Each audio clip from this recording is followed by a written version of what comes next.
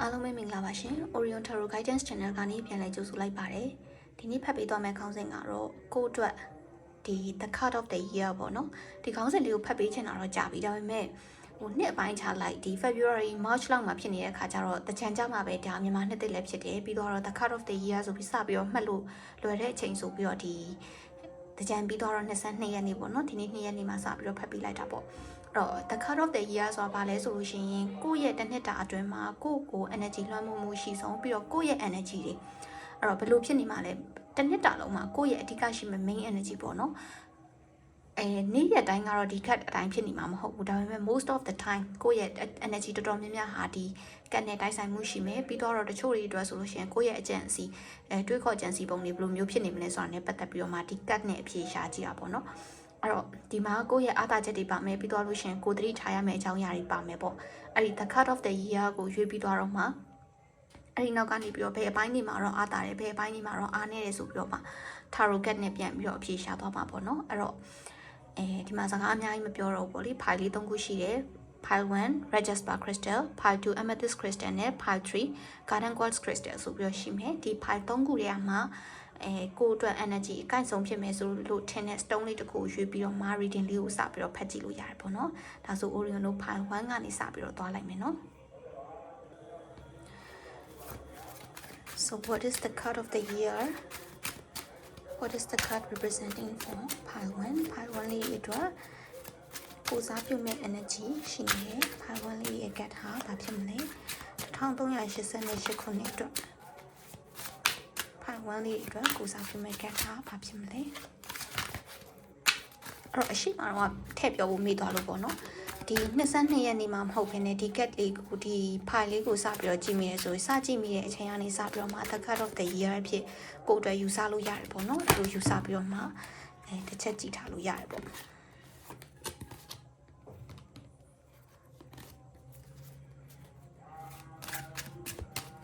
So what is the card of the year for pile 1 pile 1လေးအတွက် The Card of the Year ကဘာဖြစ်မလဲဒီထိတ်ဆုံး get လေးပဲလိုက်မယ်နော်The Fool တဲ့အဲ့တော့ file 1လေးတွေ file 1လေးတွေအတူအပ်တဲ့ဒီတစ်နှစ်တာကာလဟာကိုယ့်အတွက်အသက်အသစ်တွေကိုစတင်မယ်ပြီးတော့လို့ရှိရင်စွန့်စားမှုအသစ်တွေအလုပ်အသစ်တွေပညာရပ်အသစ်တွေနေရာဒေသအသစ်တွေကိုသွားခြင်းတဲ့ကာလဖြစ်တယ်အဲ့တော့ The Fool Energy ဆိုတာက Tarot deck မှာပထမဆုံး The Fool's Journey ပေါ့နော်ဒီ The Fool's ရဲ့ဒီရွှေနန်းတော်သို့သွားရလမ်းဆိုတဲ့ဒီ journey တစ်ခုလုံးမှာသူအစဆုံးပြုတ်တဲ့အစပြုတ်တဲ့တကယ်ကို fresh အဖြစ်ဆုံးเนาะ energetic အဖြစ်ဆုံး energy တစ်ခုထဲမှာပါတဲ့ cat ဖြစ်တယ်အဲ့တော့ file 1လေးတွေအနေနဲ့အခုချိန်မှာကိုယ့်အတွက်ပေးလာမယ့်အခွင့်အလမ်းတွေကအများကြီးရှိတယ်ဒီနှစ်အတွင်းမှာပေါ့နော်အခွင့်အလမ်းအသစ်တွေအများကြီးလာမှာကိုယ်တိုင်းဘာကိုရွေးချယ်ရမှန်းမသိဘာကိုဆုံးဖြတ်ရမှန်းမသိဖြစ်တတ်တယ်ပြီးတော့ကိုယ်တိုင်းနဲ့ဆုံးဖြတ်ချက်တွေကိုမြန်ချမိတတ်တဲ့အချိန်ကာလဖြစ်တယ်အဲ့တော့ပြောမယ်ဆိုလို့ရှိရင်ကိုဟာလေအရင်တုန်းကဘယ်လိုနေရာမှာပဲရှိခဲ့ပေါ့နော်ကိုအခုအသက်စတင်ရမယ့်အရာမှာကိုက3ညအဆင့်ဗလာအဆင့်လို့ခေါ်တယ်ပေါ့အဲ့တော့3ညဖြစ်တယ်ဆိုတာကတကယ်နားနဲ့နားထောင်ကြည့်မယ်ဆိုလို့ရှိရင်မကောင်းလားပေါ့နော်အဲ့လိုတွေးမိတတ်တယ်တကယ်တော့3ညဖြစ်တယ်ဗလာဖြစ်တယ်ဆိုတော့ကို့မှာရစရာအများကြီးပဲအရာအားလုံးပေါ့နော်ကိုယ့်စီကိုဘာလာလက်ခံရယူဖို့အဆင့်တက်မယ်ဆိုတဲ့အနေအထားဖြစ်တယ်အဲ့တော့ပြောရမယ်ဆိုလို့ရှိရင် The Fool ဆိုတာတကယ်ကိုအစ journey တစ်ခုခရီးတစ်ခုအစပြုတ်ခြင်း energy အများဆုံးဖြစ်ခြင်းပေါ့နော်အဲ့လိုမျိုး energy strong အဖြစ်ဆုံး energetic အဖြစ်ဆုံးအချိန်ကာလဖြစ်တယ်အဲ့တော့ကိုကဒီကာလတွေမှာဆိုလို့ရှိရင်ဒီတစ်နှစ်တာကာလအတွင်းမှာဆိုလို့ရှိရင်ခရီးသွားရမယ့်အကြောင်းအရာတွေခရီးသွားမယ့်ကိစ္စတွေပေါ်တတ်တယ်အဲ့ဒီပေါ်လာတဲ့ကိစ္စတွေမှာလည်းကိုယ်တိုင်ကတကယ်ကိုတက်ကြွနေပေါ့နော်ကိုယ်တိုင်သွားခြင်းတဲ့အချိန်ကာလဖြစ်မယ်အဲ့တော့ပြောရမယ်ဆိုလို့ရှိရင်အခုချိန်မှာကိုကရဲရင်ဒီတစ်နှစ်တာကာလအတွင်းမှာရဲရင်နေမဲ့တက်ကြွနေမဲ့ကိုယ့်အတွက်အရာအားလုံးအတွက်ကို energy အပြည့်နဲ့ဖြစ်နေတတ်တယ်ပြီးတော့အစပြိုးတာပေါ့နော်လုပ်ငန်းအသစ်တွေစရမလားဆို yes ဒီနှစ်ဟာအလုပ်သစ်တွေစတင်ရမယ်အကောင်းဆုံးချိန်ကာလဖြစ်တယ်အဲ့တော့သတိထားမှလေးတချို့တော့ရှိတယ်ဘာလဲဆိုတော့ဘာမှမစင်စားဘဲနဲ့အလုပ်တွေလုံးမိလိုက်တာပေါ့နော်ဘာမှမစင်စားဘဲနဲ့အလုပ်တွေလုံးမိလိုက်တာအဲ့ဒီခါမှာကြတော့ဒီအလုပ်တွေဟာကိုယ့်အတွက်မကောင်းလားဆိုတော့အဲ့လိုလည်းမဟုတ်ဘူးဒါပေမဲ့သင်ခန်းစာတစ်မျိုးတော့ကိုယ့်စီကိုရောက်လာတတ်တယ်အဲ့လိုရွေးလိုက်တဲ့အခါမှာပေါ့နော်အဲ့တော့ကိုသတိထားမှာကဒီနှစ်ကာလအတွင်းမှာဆိုလို့ရှိရင်စိတ်ကိုပွင့်ပွင့်လင်းလင်းနဲ့အရာရာကိုလက်ခံတတ်အောင်လို့လေ့ကျင့်ထားရမယ့်အချိန်ဖြစ်တယ် ကိုရိုင်းကအရန်ကိုလေနီးစီးစနစ်တကျနဲ့အရန် strict ဖြစ်တဲ့ပုံစံမျိုးနဲ့တွားရမယ်နှစ်တကူမဟုတ်ဘူးအရာအလုံးမှာဒီခွေးရောက်ရင်ဒီတက်နဲ့လော်မယ်ဟိုခွေးရောက်ရင်ဟိုတက်နဲ့လော်မယ်ဆိုတဲ့စိတ်မျိုးကိုထားရမယ်အချိန်ကာလဖြစ်တယ် the full cut ကနော်မမျော်လင့်ထားတဲ့ခွင်လန်းတွေကိုရောက်လာတာတို့ကိုစီကိုရောက်လာတဲ့ surprise တွေတို့အဲ့ဒါတွေကိုလက်ခံထားဖို့တော့ကိုကနှလုံးသားကိုဖွင့်ထားရမယ်နော်အရင်ကလိုအရာအလုံးကိုလေးလေးနက်နက်နဲ့စိတ်ထဲမှာလေးလေးနက်နက်တွေးတော့မယ်အချိန်တိုင်းလိုတွေးတော့မယ်ဆိုတဲ့စိတ်တွေထားနေလို့မရဘူး။ဘာကြောင့်လဲဆိုတော့ကိုယ့်ရဲ့ significator card က the full ဖြစ်နေတယ်။အဲ့တော့ကိုကအလုပ်လုပ်ရင်တော့လူကြီးတယောက်လိုလုပ်လို့ရတယ်ဒါပေမဲ့တွေးခေါ်ကြံစီတော့လူငယ်တယောက်လိုတွေးခေါ်ကြံစီရမယ်အချိန်ကာလဖြစ်တယ်။အဲ့တော့ကိုမှအန်ရရှိနိုင်တာဘာလဲဆိုတော့ကိုမကျွမ်းကျင်တဲ့နယ်ပယ်တွေကိုမသိတဲ့အကြောင်းအရာတွေအဲ့ဒီနေရာတွေကိုခြေစုံပစ်ပြီးတော့ဝင်မိတတ်တယ်။အဲ့ခါမှာကိုအတွက်သင်ခန်းစာတွေလည်းရလာတတ်တယ်ပေါ့နော်။အရာအလုံးကိုတုံညာအဆင့်ကနေစပြီးတော့လမ်းလောက်ရမယ့်အချိန်ကာလမျိုးရောက်သွားတတ်တယ်။အဲ့တော့ကိုစီမှာလည်းအရာအလုံးကိုပေါ့နော်အလိုလျောက်လှုံ့ဆော်ပြီးတော့မှကိုဆုံးဖြတ်ချင်တာတွေအဲ့လိုစိတ်တွေအရန်စိတ်မြန်လက်မြန်ဖြစ်တာမျိုးတွေဖြစ်တတ်တာပေါ့။အဲ့လိုဖြစ်တတ်တဲ့အခါကျတော့အဓိကကတော့ကိုကအခုကာလမှာတကယ်လို့လဲကြရင်တော့မှပြန်ပြီးတော့ယုံထနိုင်တယ်ဆိုပြီးတော့ energy အပြည့်ဖြစ်နေတဲ့ကာလဖြစ်တဲ့အတွက်ဒီနှစ်ဟာစွန့်စားစရာတွေရှိရင်စွန့်စားတဲ့နေဆိုတာမျိုးပြတယ်ပေါ့နော်အဲ့တော့ဒါကအလောက်ကိုင်းနဲ့ပတ်သက်တာပေါ့နော်ပညာရက်နဲ့ပတ်သက်တာဆိုလေပညာရက်အသစ်တွေအတွက်ကိုအတွက်အခွင့်အလမ်းအသစ်တွေရောက်လာမယ်ပညာရက်အသစ်တွေကိုစပြီးလေ့လာမယ်ဆိုလို့ရှိရင်လည်းအရန်ကောင်းတယ်ကိုအတွက်အခြေခံကနေစပြီးတော့မှလေ့လာအောင်မြင်ဖြစ်တာမျိုးဖြစ်မယ်ပေါ့နော်အဲ့တော့အခြေရေးအတွက်ကြည့်တဲ့သူတွေဆိုလို့ရှိရင်တော့အချစ်တစ်ကိုမျှော်နေရဆိုရင် yes ဒီနှစ်ထဲမှာရောက်လာမှာပါကိုယ့်ရဲ့ဘဝတွေကိုလူတစ်တယောက်ရောက်လာမှာကိုတိုင်းကလည်းပျော်ပျော်ရွှင်ရွှင်နဲ့ပေါ့နော်သူ့ကိုလက်ခံပြီးသွားမယ်တကယ်လို့ကိုဟာလက်ရှိတွဲနေတဲ့သူနဲ့အဲ့လိုမျိုးစဉ်းစားပြီးတော့မှပေါ့နော်အိမ်အောင်ကြထားတဲ့သူတွေမပြောဘူးနော်လက်ရှိဒီကိုမှတွဲထားပြီးသားသူရှိတဲ့သူ situationship ရှိတဲ့သူအဲ့လိုမျိုးလူမျိုးတွေဆိုလို့ရှိရင်တော့နည်းနည်းလေးကိုယ့်ရဲ့လူကအာယုံတွေထွေပြတာပြန့်လွင့်တာအဲ့လိုအနေအထားမျိုးလေးရှိတတ်တာတော့သတိထားရမယ်အဲ့တော့ကိုတိုင်းကလည်းအရန်ကြီးသူ့ကိုမချုပ်ချယ်ပဲနဲ့အရန် strict မဖြစ်ပဲနဲ့ဒီအခြေအနေလေးကိုနှစ်ဦးနှစ်ဖက်မျှမျှတတနဲ့ညှိနှိုင်းပြီးတော့တွားရမယ်ဆိုတဲ့အချိန်ကာလလို့တော့ပြတယ်အဲ့တော့အချစ်တစ်ကိုမျှော်နေတဲ့သူတွေအတွက်ဆိုတော့ကောင်းတယ်ကို့မှာလက်ရှိတွဲနေပြီးသားလူတို့ situationship တို့ရှိတာဆိုတော့ကိုယ့်ရဲ့လူကတစ်ခါတလေမှာစိတ်ကစားတတ်တယ်သူကိုယ်တိုင်လည်းဘာမှညာမှမသိပဲနဲ့ပေါ့နော်အဲ့လိုခရီးတွေသွားတာတို့ကိုယ်နဲ့ long distance ဖြစ်သွားတာတို့အဲ့လိုအနေအထားမျိုးလေးတွေရှိတတ်တာဆိုတော့ကိုကအဲ့ဒီအချိန်ကို voice ဖြစ်နေပေါ့နော်သတိထားပြီးတော့မှကင်တွယ်သွားရမယ့်အချိန်ကာလလို့တော့တွေ့တယ်အဲ့ဆိုလို့ရှိရင်ဒီ1388ပေါ့နော်ဒီနှစ်ကာလအတွင်းမှာကိုယ့်ရဲ့ဘယ်အစိတ်ပိုင်းတွေဟာအားကောင်းပြီးတော့ကိုဟာဘာတွေကိုသတိထားရမယ်ဆိုတာနဲ့ပတ်သက်ပြီးတော့မှတစ်ချက်လေးကြည့်မယ်ပေါ့နော်ခုနကတော့ကိုယ့်ရဲ့ main energy တစ်ချုပ်ပေါ့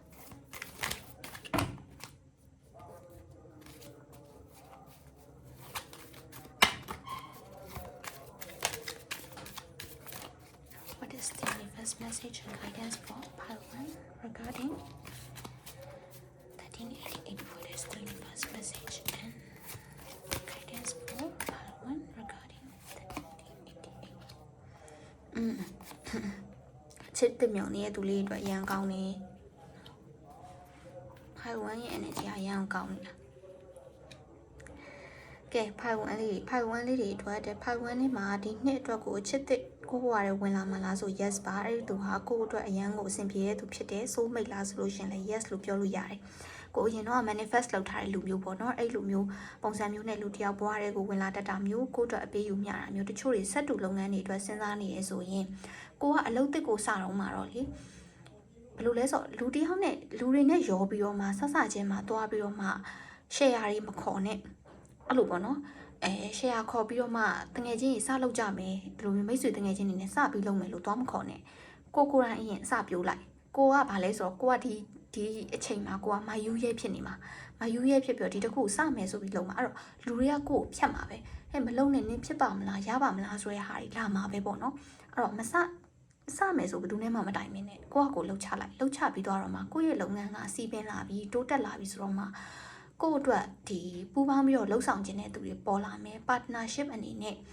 ပူးပေါင်းဆောင်ရွက်ခြင်းတဲ့သူတွေပေါ်လာမယ်အဲ့ဒီလိုလူတွေပါလာတော့မှအဲ့ဒီခါကျမှဒီလူတွေကိုကိုယ့်ရဲ့လုပ်ငန်းနဲ့တဖြည်းဖြည်းလက်ခံတာမျိုးအဲ့လိုအခြေအနေမျိုးဆိုကောင်းတယ်ပေါ့နော်ပြီးတော့ဆရာကောင်းသမားကောင်းတွေတွေ့တတ်တယ်ဒါမှမဟုတ်ကိုယ်တိုင်ကတခြားသူတွေကိုလမ်းပြပေးနေတဲ့အနေအထားတွေရောက်ရှိသွားတာမျိုးဖြစ်တတ်တယ်ပြီးတော့ဘဝတွေကိုခုနကလို soul mate လို့လူမျိုးဝင်လာတတ်တယ် soul mate ဆိုတာကိုယ့်ရဲ့တကယ်ချစ်သူမှမဟုတ်ဘူးပေါ့နော်တကယ်ချင်းတွေကလည်း soul mate ကိုနဲ့ စိတ်ပိုင်းဆိုင်ရာအရာအရန်ကိုစိတ်ချင်းညီမျှတာအဲ့လိုလူမျိုးတွေဘဝထဲဝင်လာတတ်တယ်ပြီးတော့ဒီမှာအခွင့်အလမ်းတစ်တွေ the full energy အတိုင်းပဲအခွင့်အလမ်းတစ်တွေလာတတ်တာမျိုးတချို့တွေဘာမှမသိပဲနဲ့လေနမိတ်လေးတစ်ခုရလို့ထပြီးတော့ထိထိုးလိုက်တာထိပေါက်သွားတာမျိုးအဲ့လိုမျိုး energy လေးလည်းတွေ့ရဆိုတော့ဖိုင်ဝမ်လေးတွေကအရန်ကိုအခြေအနေကောင်းနေတာ energy ကောင်းနေတာပေါ့နော်ပြီးတော့အဲ့လိုငွေအလုံးလိုက်ရင်းလိုက်ဝင်လာမဲ့အနေအထားတစ်ခုတွေ့တယ်ဒီမှာဆိုလို့ရှိရင်လေကိုယ့်အတွက်ငွေဝင်လာမဲ့အနေအထားလေးအခြေအနေလေးတစ်ခုရှိတယ်အဲ့တော့အဲ့ဒီအချိန်ကာလတွေဖြစ်လာအောင်မှဖြစ်တဲ့အတွက်universe ကပေးလာရင်ကိုကလက်ခံနိုင်အောင်လို့ကြိုပြီးတော့မှပြင်ဆင်ထားရမယ်အဲ့တော့ကိုဒီအခွင့်အလမ်းအသစ်တွေရောက်လာတာတို့ပြီးသွားလို့ရှိရင်ရင်းနှီးမြှုပ်နှံမှုအသစ်တွေပညာရပ်အသစ်တွေလူအသစ်တွေအဲ့ဒါတွေကိုဝင်လာဖို့အတွက်ကကိုယ်တိုင်ကလက်ခံဖို့အတွက်ကိုကြိုတင်ပြင်ဆင်ထားနိုင်မှတော်ကားကြမယ်မဟုတ်ရင်ကuniverse ကပေးကိုကလက်ခံမှုအဆင့်သင့်မဖြစ်သေးဘူးဆိုလို့ရှိရင်ဒီ wasted ဖြစ်တဲ့ potential တွေဖြစ်သွားတတ်တာပေါ့နော်အဲ့ဒါလေးတစ်ခုကိုတော့သတိထားရမယ်အဲ့တော့ part 1လေးတွေဟာဒီတစ်နှစ်တာကာလအတွင်းမှာဆိုအဓိကသတိထားမှာကိုယ့်ရဲ့စိတ်ကိုရှင်းရှင်းလင်းလင်းထားဖို့ပွင့်ပွင့်လင်းလင်းထားဖို့ပြီးတော့ open minded ဖြစ်ဖို့ပေါ့နော်တချို့ကိစ္စတွေမှာအရင် serious မဆန်နဲ့ကိုယ့်ရဲ့ဒီအလွယ်တကူချလိုက်တဲ့ဆုံးဖြတ်ချက်တွေကလည်းအောင်မြင်သွားတာဖြစ်နိုင်တယ်လို့ဒီဝင်လာတဲ့အခွင့်အလမ်းတွေကိုကိုကဘာမှသိမစင်စားပဲနဲ့လက်ခံလိုက်တာလည်းအောင်မြင်သွားနိုင်တဲ့အခွင့်အလမ်းဖြစ်နိုင်တယ်ပေါ့အဲ့တော့ဖိုင်ဝမ်လေးတွေအတွက်ကဒီတစ်နှစ်တာကာလအတွင်းမှာအရာအလုံးမှာကိုဟာ energy အပြည့်နဲ့ကိစ္စတော်တော်များများကိုစွမ်းဆောင်နိုင်မဲ့အချိန်ကာလဖြစ်တယ်အဲ့တော့လူသစ်စိတ်သစ်နဲ့အရာအလုံးကိုပေါ့နော် fresh ဖြစ်တဲ့ energy နဲ့ကြော်လွှားသွားနိုင်မဲ့အချိန်တို့တွေ့တယ်အဲ့တော့ဒီကာလဟာကိုယ့်ရဲ့အနာဂတ်စီမံကိန်းတွေအတွက်အများကြီးဆက်လုပ်စရာရှိတာတွေအတွက် first step ပေါ့နော်တကယ်ကို3ညကနေစရဲဆိုတဲ့အတိုင်းပဲဒီနောက်မှာကောင်းဖို့အတွက်ကိုဒီတစ်နှစ်တာကာလမှာရင်းနှီးမြှုပ်နှံရတဲ့အချိန်ဖြစ်တယ်အဲ့တော့တချို့သောကိစ္စတွေကိုကိုကဒီမြက်ကန်းပေါ့နော်မြက်ကန်းဆုံးဖြတ်ချက်ချတာထက်စဉ်းစားပြီးသွားရင်လည်းဒါပေမဲ့အကြာကြီးနဲ့မစဉ်းစားနဲ့ကိုစဉ်းစားတဲ့လောက်ကိုအတွက်ကောင်းကျိုးဆိုးကျိုးစဉ်းစားပြီးဆိုတာနဲ့ဒီလုပ်တွေကိုရဲဝံ့နဲ့ဒီ energy အပြည့်နဲ့စပြီးတော့လုပ်တဲ့နေဆိုရယ်guidance message ကိုရတယ်ပေါ့နော်ဒါဆိုလို့ရှိရင်တော့ဒီ message က part 1လေးတွေအတွက် universe guidance message ဖြစ်ပါတယ်ဒါဆိုကိုနဲ့ energy guide တယ်ဆိုရင်ဒီ channel လေးကိုလည်း subscribe လုပ်သွားပေးဖို့အတွက်ဖိတ်ခေါ်ပါတယ်အဲ့တော့ Orion တို့နောက်ထပ် reading တွေကြမှာပြန်တွေ့ကြမယ်နော်ဒါဆိုတော့ part 2 amethyst crystal group အတွက် reading လေးကိုသွားမယ်နော်အဲ့တော့ what is the card of the year what is the significant card for part 2 what is the card of the year for part 2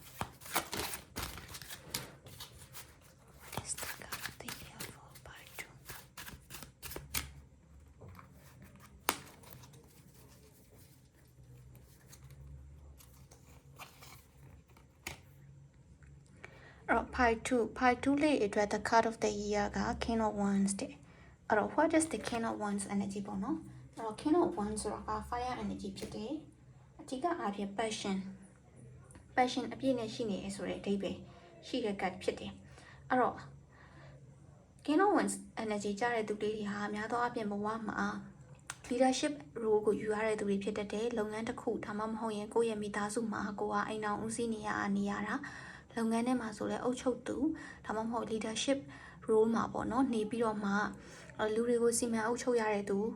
အမိန့်ပေးခိုင်းစေရတဲ့သူဒါမှမဟုတ်လို့ရှင်လူတွေရဲ့လမ်းကြောင်းမှန်သွားအောင်တက်မှတ်ပေးရတဲ့သူမျိုးဖြစ်တတ်တယ်အဲ့တော့ဒီလူတွေကများသောအားဖြင့်အလုပ်တွေမှာဆိုလို့ရှင်တာဝန်ယူရတဲ့အပိုင်းတွေများတယ်ပြီးတော့ဒီမိသားစုတွေမှာဆိုတော့ကိုကဦးစီးဦးဆောင်လုပ်ရတဲ့သူတွေများတယ်ပေါ့တခုခုဆိုငါလုံးမဖြစ်မယ်ငါဦးဆောင်ပြီးလုပ်ပေးမှဖြစ်မယ်ဆိုပြီးတော့စိတ်ထဲမှာထားတဲ့သူတွေဖြစ်တတ်တာများတယ်ပြီးတော့ကိုလုံးရင်ဖြစ်မယ်ဆိုတော့ယုံကြည်ချက်လည်းရှိကြတဲ့သူတွေများတယ်အဲ့တော့ဒီတစ်နှစ်တာကာလအတွင်းမှာ part 2လေးတွေမှာ King of Wands energy ဟာများသောအားဖြင့်လွှမ်းမိုးနေမယ်ဆိုတော့ဒီလူတွေကဘာဖြစ်မလဲဆိုရင်ဒီနှစ်ထဲမှာကို leadership role ကိုတယောက်ကကမ်းလှမ်းလာတာနေရာတစ်ခုကနေကမ်းလှမ်းလာတာဆိုလို့ရှင်ကိုကအလုပ်ကိုလုပ်ရမယ်အောင်မြင်နိုင်တယ်ဆိုတဲ့စိတ်မျိုးကိုရွေးချယ်ပြီးတော့အဲ့ဒီအလုပ်ကိုလက်ခံတဲ့နေပေါ့နော်အဲ့တော့စိတ်ထဲမှာကိုကစိတ်ထင်လာပြီးဒါကအောင်မြင်မယ်ဆိုလို့ရှိရင်စွန့်စားတဲ့နေစွန့်စားလိုက်ရင်အောင်မြင်မယ်ပေါ့အဲ့လို energy မျိုးရနိုင်မယ့်အချိန်ကာလဖြစ်တယ်ပြီးတော့ဒီနှစ်ထဲမှာဆိုလို့ရှိရင်ကိုယ့်အတွက် creativity တွေအများမြင့်နေမယ်ဖန်တီးနိုင်စွမ်းအားတွေ project အသစ်တွေအတွက်လုပ်ဖို့အတွက်ဒီဖန်တီးနိုင်စွမ်းတွေမြင့်မယ်ပြီးတော့ကိုယ့်ကိုပေးလာတဲ့အလုပ်တွေကိုကလက်ခံနိုင်တယ်ပေါ့နော်အဲ့လိုမျိုးအတွက် confidence တွေအများရှိနေမယ့်အချိန်ကာလဖြစ်တယ်ပြီးတော့ ဒီအလုပ်ထမ်းမှာဆိုလို့ရှင်ကိုကပြောရမယ်ဆိုလို့ရှင်ရင်လွှမ်းမိုးနိုင်တဲ့သူပေါ့နော်လွှမ်းမိုးနိုင်တဲ့သူကိုယ့်ရဲ့စကားတွေကိုလူတွေကနားထောင်လာတာလက်ခံလာတာအဲ့လိုအနေအထားမျိုးတွေရှိတဲ့သူဖြစ်တတ်တယ်အဲ့တော့ဒါတွေကကောင်းတဲ့ချက်ဆိုရင်အဲ့ဒီဟာတွေ energy လွန်ကဲသွားတဲ့အခါကျဘာဖြစ်တယ်လဲဆိုရင်ကိုအရင်အမွှန်းတင်လွန်တတ်တယ်ငါလုံးရင်ဖြစ်တယ်ငါလုံးမှဖြစ်တာအဲ့လိုမျိုးပေါ့နော်အဲ့လိုမျိုးစိတ်ကလေးဝင်လာတတ်တယ်ကိုဂုံတင်တတ်တယ်နော်ကိုရဲ့ဂုံကိုဖော်ပြတတ်တယ်အဲ့လိုမျိုးစိတ်ကလေးဝင်လာတတ်တယ်မာနကြီးလာတတ်တာပေါ့နော်ဂုံမောက်လာတတ်တာအဲ့လိုမျိုးနေထားမျိုးလေးရှိတတ်တယ်ပြီးတော့တခြားသူတွေပေါ်မှာအရန်လွှမ်းမိုးမိသွားတတ်တယ်အဲ့လိုမျိုးဖြစ်လာတတ်တာလေးတော့သိထားရမယ်အဲ့တော့ဒီနှစ်ထဲမှာဆိုကိုကအင်မတန်တတိရှိနေမယ်ရရောနေမယ်ပေါ့နော်ရရောနေမယ်ကိုကပေးတဲ့သူနေရာနေပြီးတော့သွားပြီးတော့နေချင်တာမျိုးအဲ့လိုအနေထားမျိုးလေးရှိလာတတ်တယ်အဲ့တော့ဒီကာလမှာဆို Kingdom One Energy ရခုနကလိုမျိုးပေါ့နော်ကိုတိုင်းကလည်းတကယ်လှုပ်ဆောင်နိုင်တဲ့သူဖြစ်နေတယ်လို့ကိုအတွက်စိန်ခေါ်မှုတွေလည်းအများကြီးလာတတ်တယ်တဲ့အဲ့ဒါတွေကိုကိုကရဲရဲဝံ့ဝံ့နဲ့တတိရှိရမယ်နော်တတိရှိရမယ်တခုဆိုလို့ရှိရင်နောက်မှနေလိုက်မယ်ဒီ Kingdom One Energy လွှမ်းမိုးနေတာဖြစ်တဲ့အတွက်ကိုကနောက်မှနေလိုက်မယ်ဒီကိစ္စဆိုတော့ခေါင်းရှောင်လိုက်မယ်အဲ့လိုမျိုးနဲ့တော့ဒါတွေကိုကြော်ဖြတ်သွားမှာမဟုတ်ဘူးတဲ့ကိုတိုင်းတတိရှိနဲ့နေနိုင်မှပဲဟန်ကြမဲ့ကာလပေါ့နော်ဟန်ကြမဲ့ကာလဖြစ်နေတယ်အဲ့တော့ပြီးတော့နောက်သတိထားမှာပါလဲဆိုတော့ဒီကာလထဲမှာဒီ Kingdom One Energy ကြတဲ့သူလေးတွေဟာလောင်းကစားတွေပါရောမလုံးမိပါစေနဲ့ပေါ့နော်လောင်းကစားတွေပါလှုပ်လိုက်ရင်အားလုံးကိုရှင်းပြီးတော့မှလုံးမိသွားတာမျိုးဖြစ်တတ်တယ်အဲ့ခါကျရင်ကိုအတွက်ကံကောင်းမှာမဟုတ်ဘူးဒါကမယူရဲဖြစ်သွားတာဖြစ်တဲ့အတွက်ပြုတ်ပြုံးအဲ့လိုမျိုးရှိသမျှပုံအောလိုက်တာလက်သက်ကိုကျွတ်ဆိုတာမျိုးဖြစ်သွားတတ်တယ်အဲ့တော့လောင်းကစားတော့မလုံးနဲ့ကိုကမှန်ကန်လှုပ်တော့မှကိုအတွက်အကျိုးကျေးဇူးရမယ် energy တွေရှိနေတဲ့ကာလဖြစ်တယ်ပေါ့အဲ့တော့အခြေရေးမှာမျောလင့်နေရဲဆိုလို့ရှိရင်ဘယ်လိုလူမျိုးလေးတွေဝင်လာတတ်လဲဆိုရင်ကိုဖြစ်စေတာမှမဟုတ်ရင်ကိုရဲ့ပါနာကဖြစ်စေအချစ်ကြီးလို့အမြတ်ကြီးရဲဆိုတဲ့လူမျိုးတွေဖြစ်တတ်တယ်အမားရှိနေလို့ရှိရင်ကိုကတိမခံခြင်းဘူးเนาะကိုမှနေမဲရှိတာမဟုတ်ဘူးငါမှတခြားရွေးချက်စရာတွေမှာအများကြီးဒီလိုကိစ္စမျိုးဆိုငါခွင့်မလုပ်ဘူးဆိုပြီးတော့မှအချစ်ကြီးပြီးတော့အမြတ်ကြီးတဲ့ပုံစံမျိုးတွေဖြစ်တတ်တယ်အခြေရေးမှာဆက်ထိမခံတိမခံနိုင်ဖြစ်တာမျိုးတွေဖြစ်တတ်တယ်အဲ့တော့အခြေရေးလိုကိစ္စမျိုးခုနကလိုလောင်းကစားလိုကိစ္စမျိုးမှာကိုဒီမမှန်တာလုပ်ရင်မမှန်တဲ့အဖြစ်အကျွေးတံကိုရမယ့်ကာလဖြစ်တယ်အဲ့တော့ကိုကမှန်ကန်နဲ့နေရမယ်တကယ်လို့ကိုတိုင်းကမှန်ကန်အောင်နေရဆိုရင်ကိုယ့်ရဲ့ဘဝတွေကိုဦးစီးဦးဆောင်လုပ်ပေးမယ်သူပြီးတော့ကိုယ့်ရဲ့ဘဝကိုဖြည့်ဆည်းပေးမယ်သူကိုယ့်ရဲ့လိုအပ်နေတဲ့အစိတ်ပိုင်းတွေကိုပြေဝအောင်လို့လာပြီးတော့မှ compliment လုပ်ပေးနိုင်မဲ့လူမျိုးနဲ့တွေ့ရမယ်နှစ်ကာလမျိုးဖြစ်တယ်ပေါ့အဲ့တော့ဒါတွေကကြတော့ဒီ fight 2လေးတွေအတွက် energy အချုပ်ပေါ့နော်ဒါဆို fight 2လေးတွေနောက်ထပ်ဘယ်လိုမျိုးတွေထပ်ပြီးတော့ကြုံတွေ့လာရမလဲဆိုတာကို tarot card လေးတွေနဲ့တစ်ချက်နည်းနည်းလေးထပ်ကြည့်မယ်နော်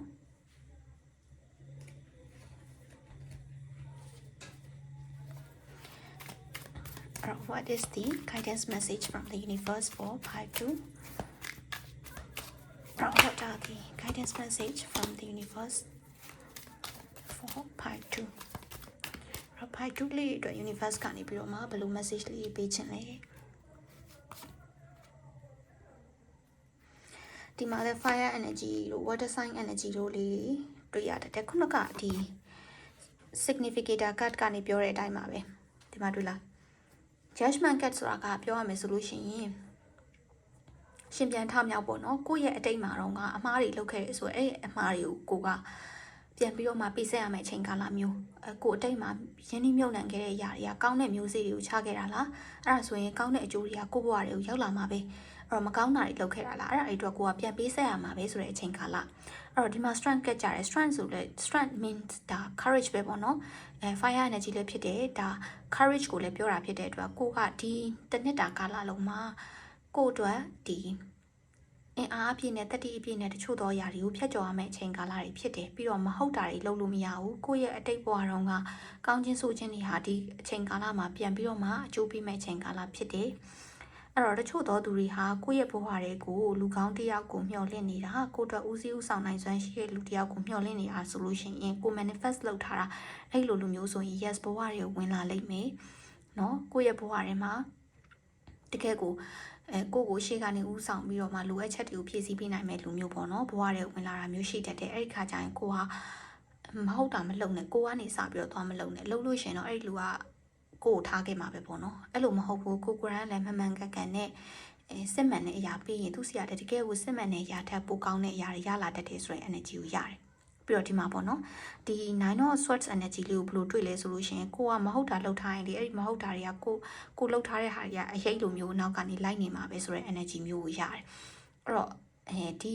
တစ်နှစ်တာကာလအတွင်းမှာကိုကအိမ်မပြောတာလေးတွေအဲ့လိုမျိုးပေါ့နော် anxiety တက်တာမျိုးလေးဖြစ်တတ်တယ်အဲ့ဒီခါကြလို့ရှိရင်ဒီ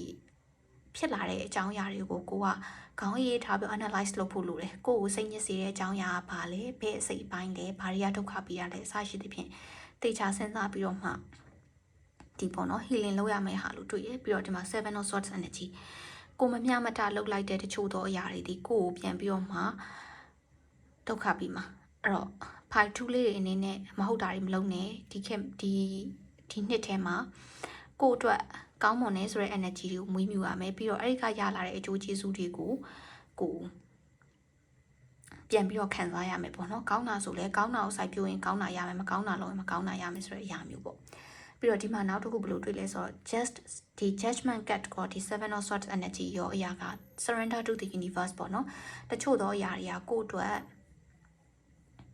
မဟုတ်တော့ဘူးလို့ယူဆလာရပြီဆိုတချို့အရာတွေကိုလက်လွတ်လိုက်ဖို့လိုတယ်ကောင်းကောင်းလေး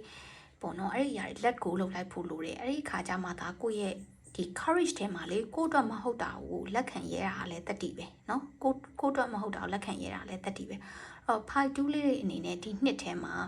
ကိုယ့်အတွက်မဟုတ်ဘူးဆိုတဲ့အရာတွေကိုတတိရှိရှိလွတ်ချရမယ်တချို့သောအရာတွေရှိတယ်မဟုတ်ရင်ကိုမလွတ်ချရင်ဒီတစ်နှစ်လုံးမှာကိုယ့်အတွက်အဲ့ဒီအရာတွေကပြန်ပြီးတော့မှခဲနဲ့ဆွဲထားသလိုမျိုးကိုယ့်ရဲ့တက်လန်ကိုပိတ်ပြီးတော့မှဒုက္ခပေးနေမယ်ဆိုတဲ့အရာမျိုးတွေ့တယ်အဲ့တော့အခြေရေးမှာလည်းမကောင်းဆိုရင်အဲ့အရာကိုလက်လွတ်လိုက်လူတစ်တယောက်ဝင်လာလိမ့်မယ်ကို manifest လုပ်ထားတဲ့အရာကိုဖြစ်စေခြင်းတဲ့ပုံစံမျိုးပေါ့နော်အဲ့တော့ပညာရေးမှာဆိုလို့ရှိရင်လည်းပညာရေးတစ်ခုဟာကိုယ့်အတွက်တကယ်ကိုတက်လန်းရှိတဲ့အရာလားဒါမှမဟုတ်အဲ့ဒီအရာကိုကအဆင်ပြေမယ်ဆိုပြီးတော့မှယူဆထားပြီးတော့မှတောက်လျှောက်လိုက်နေနေအခုချိန်ကြီးကိုဘာမှတိုးတက်မှု standard ပေါ့နော်နှောင့်နှေးနေတာလားပေါ့အဲ့လိုမျိုးတွေကြည့်ပြီးတော့ကိုယ့်အတွက်မကောင်းဆိုတဲ့အရာတွေကို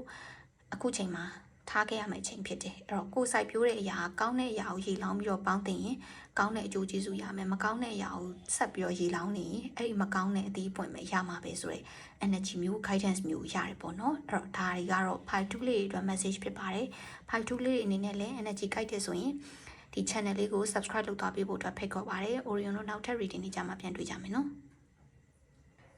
ဒါဆိုရင် part 3လေးတွေအတွက် the card of the year တစ်နှစ်တာအတွက် card ကဘာဖြစ်မလဲဆိုတာလေးတစ်ချက်ကြည့်မယ်နော် what is the card of the year for part 3 card and quartz crystal ရွေးထားတဲ့ group အတွက်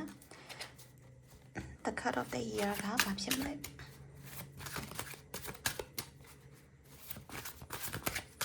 what is the card of the year for part 3part 3လေးအတွက် the card of the year က page of coins တဲ့ page of coins energy လေးကြားရပေါ့နော်အဲ့တော့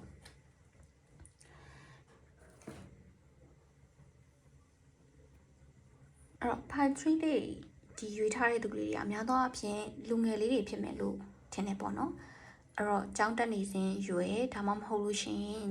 ဒီဘွဲရပြီးတော့မှ master degree PhD degree လိုမျိုးဆက်ပြီးတော့တက်နေတဲ့ပညာသင်နေစေအရွယ်လို့ထင်တယ်ကိုကအလုပ်ခွင်ထဲမှာဆိုလို့ရှိရင်senior တန်းမကြပေါ့နော် leadership manager level လည်းမဟုတ်အဲ့ဒီအတွက်ကိုတက်လှမ်းမှုအတွက်စောင့်မျှော်နေတဲ့သူလေးတွေဖြစ်နိုင်တယ်အဲ့တော့တချို့ဆိုအလုပ်တင်ပေါ့နော်အလုပ်တင်ဖြစ်နေတာအဲ့လိုမျိုးရှိတဲ့လူတို့တွေ့တယ်အဲ့တော့ပြောမယ်ဆိုဒီလူတွေကဒီနှစ်မှာဆိုလို့ရှိရင်ဘယ်လိုမျိုး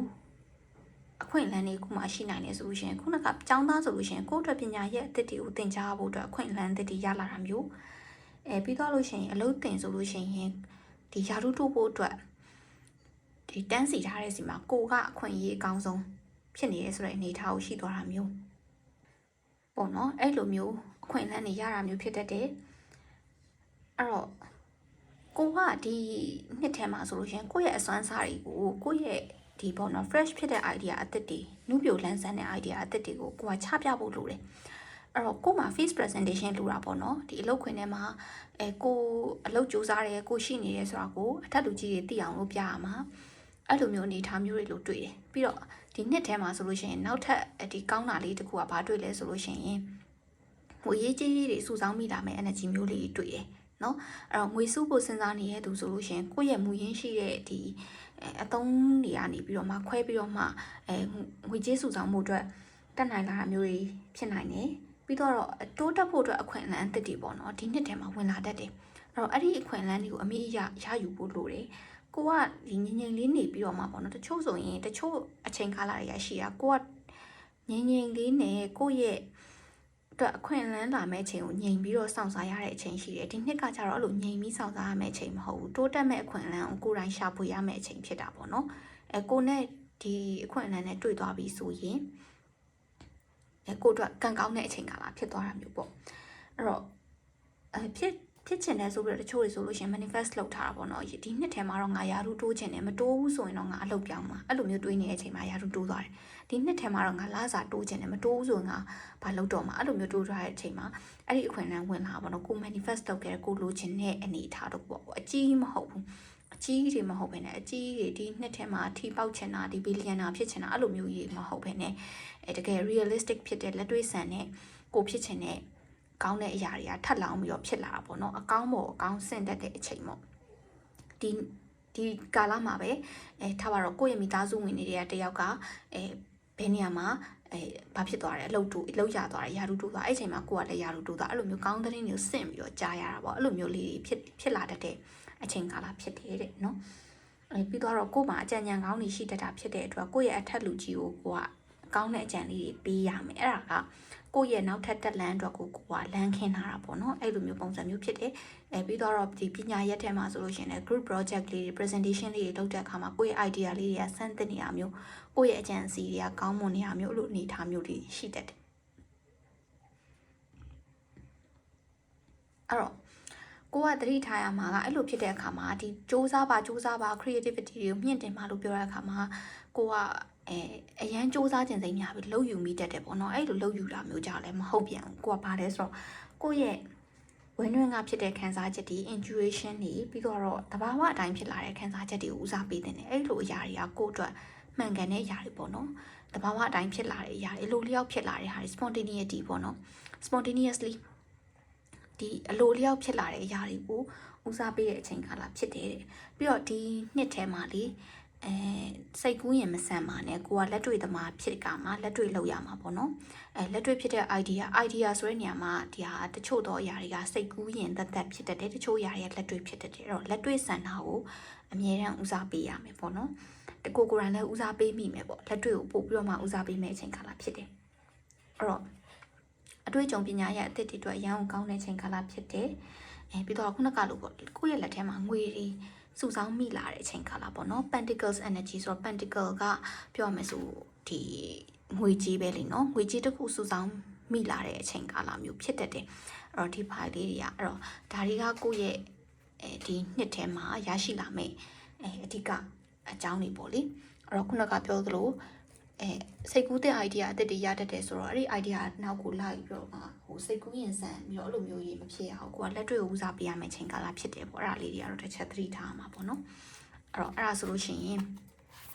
ဒီ pile 3လေးအတွက် universe က guidance လေးတစ်ချက်ကြည့်မယ်ပေါ့နော် what is the universe guidance and message for pile 3 for this year what is the universe message and guidance for pile 3 for this year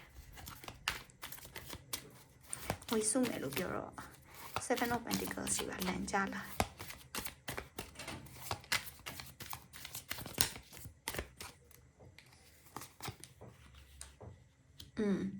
Queen of Pentacles တဲ့ဒီမှာ Queen of Pentacles ဒီနှစ်ထဲမှာယာရုတိုးမဲ့သူလေးတွေပါမယ်ထင်တယ်နော် leadership energy ကိုသွားမယ်လူတွေဒီမှာ youthful energy children childhood memory တို့ဘာလို့ဒီမျိုးတွေလာ youthful energy လေးပြတယ်Three of Swords and Temperance Day ကိုမလေးဒီမှာ energy လေးကဘယ်လိုရလဲဆိုတော့ခုနကလိုပေါ့ငွေစုမိမယ် Queen of Pentacles ကလည်းတူတူပဲဒီမှာ Base of the Deck မှာခုနက Seven of Pentacles ကြာလာရဲဆိုတဲ့အတိုင်းပဲ Base of the Deck မှာလည်း Seven of Pentacles ပဲဒီနှစ်ထဲမှာငွေစုဆောင်းမိမဲ့တူလေးပါတယ်ငွေစုပါနော်ငွေလဲစုပါကိုယ့်လက်ထဲမှာအထုပ်ထည်နေလည်းဖြစ်သွားနိုင်တယ်ပေါ့နော်ဒီနှစ်ထဲမှာအဲ့လိုမျိုးတွေ့ရ Queen of Pentacles ကလည်းတူတူပဲ stability ပေါ့ငွေရေးကြေးရေးဆိုင်ရာကိုမှနည်းနည်းလေး stable ဖြစ်သွားတာ